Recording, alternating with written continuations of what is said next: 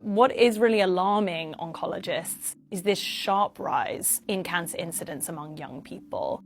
I was 35 when I was diagnosed, kind of in early 2023. I was diagnosed with stage 3 rectal cancer at that point. I would lay in bed and type in the symptoms that I had, and at the bottom it was always be stomach or colorectal cancer. And I was like, that can't be me. That's what my grandparents have to worry about.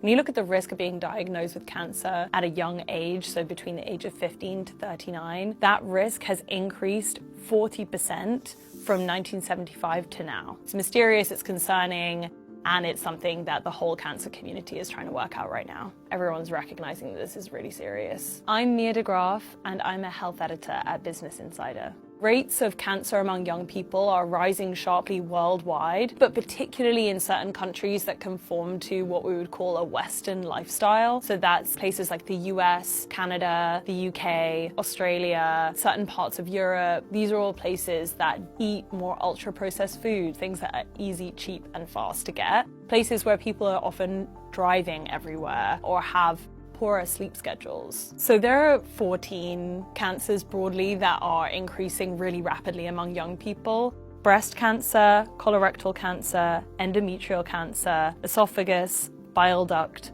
gallbladder, head and neck, kidney, liver, bone marrow, pancreas, prostate, stomach, and thyroid. Those are all ones which are increasing in people under the age of 50.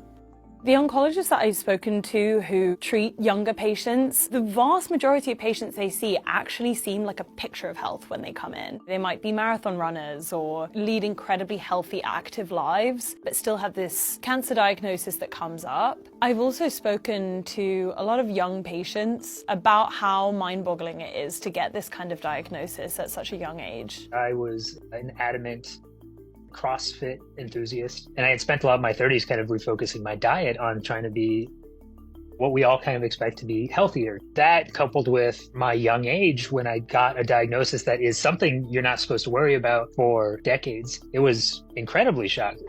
When you're at a young age, you are in this kind of sandwich generation. You might be caring for your older parents, you might be starting to have a young family, you might be trying to save up money to buy a house. At that time, getting a cancer diagnosis can be extremely destabilizing. I was diagnosed in September of 2015. I got a colonoscopy, and within a week I was in surgery, and they took 80% of my colon out and started on this crazy long journey of colon cancer at 27.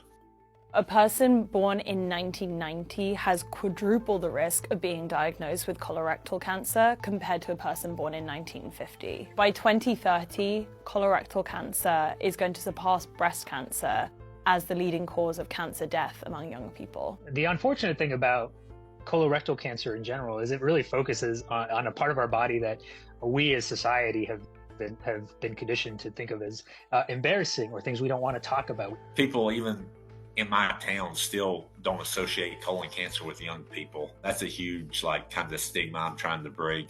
The thing with colorectal cancer is that a lot of people were coming in with stage 3, stage 4, very advanced, and the tumors also looked more aggressive.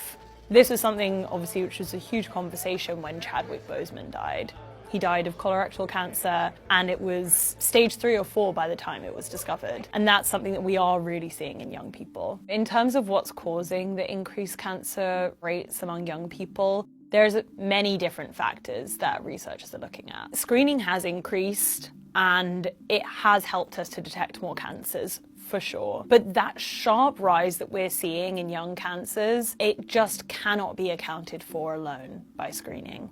If this was accounted for by screening, we would actually be seeing a lot of early stage cancers. And that's not really what's being borne out in the data. We're seeing a surprising increase in young people with later stage cancers too. One of the main factors we're looking at is diet, because 8 of the 14 cancers which are increasing among young people are related to the digestive tract. And our diet has changed a lot in the last few decades.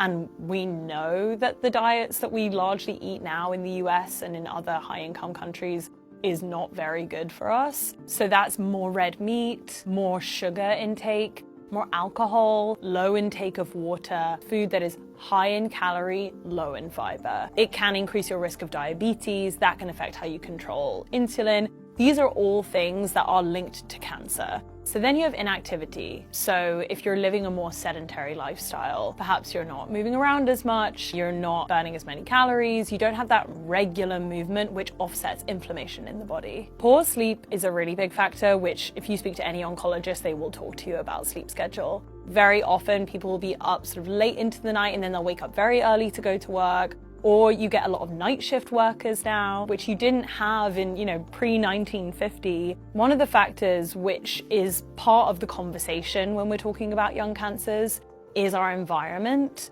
So obviously there are microplastics, toxins, pollution. We do suspect that they're playing a role, but they're much harder to measure. So children today seem to be exposed to chemicals that they probably wouldn't have been exposed to in the 1950s. And that's why we're trying to parse out, is there a shift in terms of what children are exposed to in the environment now? One of the rogue factors that people are speaking about is increased height. So generally humans are getting bigger. We're all much taller these days. There does seem to be a correlation with increased height is increased cancer risk. Marginally, but it is there. And one of the theories is that simply having more cells in your body increases the risk for more cell division, which could increase the risk for cancer to grow. The way you're born is a really interesting potential risk factor here for cancer. So if you're born by C-section, you do technically, according to a few studies, have an increased risk of cancer. There was a study done in Sweden recently that caused a big splash, which was that women who were born via C-section had an increased risk of colorectal cancer in their young adulthood. And we have seen other studies that being born by C-section increases a child's risk of leukemia. When you have a vaginal birth, the baby is coated with microbes, and that seems to fortify their microbiome. We've seen this sharp increase from 1990 to now. We don't know exactly what that looks like from now on. Can we reverse this trend? Is it going in a linear fashion? In terms of turning this trend around, the most important thing is research, obviously. We need to better understand what the causes are, and until we better understand the causes, we can't make a societal effort to turn this trend. A lot of attention is paid to what we could be doing as individuals. So you'll hear everyone talk about diet and how you should be walking more, socializing, being part of a community, sleeping better, drink less alcohol, don't smoke, don't do drugs, and then of course do screenings and see a doctor. But really, if we want to see a societal change and to turn this trend around, it is an infrastructure question. So can we make cities more walkable? Or can we make it easier for you to access fresh foods? There are some positives. The rate of cancer mortality is way down. We've made so much progress in terms of treatment. There are certain vaccines like the HPV vaccine that has dramatically reduced mortality from head and neck cancers, for example. And then we're also preventing a lot of cancers that are to do with, alcohol consumption and smoking. Of course, it's alarming, but the whole cancer community is rallying around this and is starting to pour investment and attention into this area to try and work out what's going on. And I think that momentum is a real cause for optimism.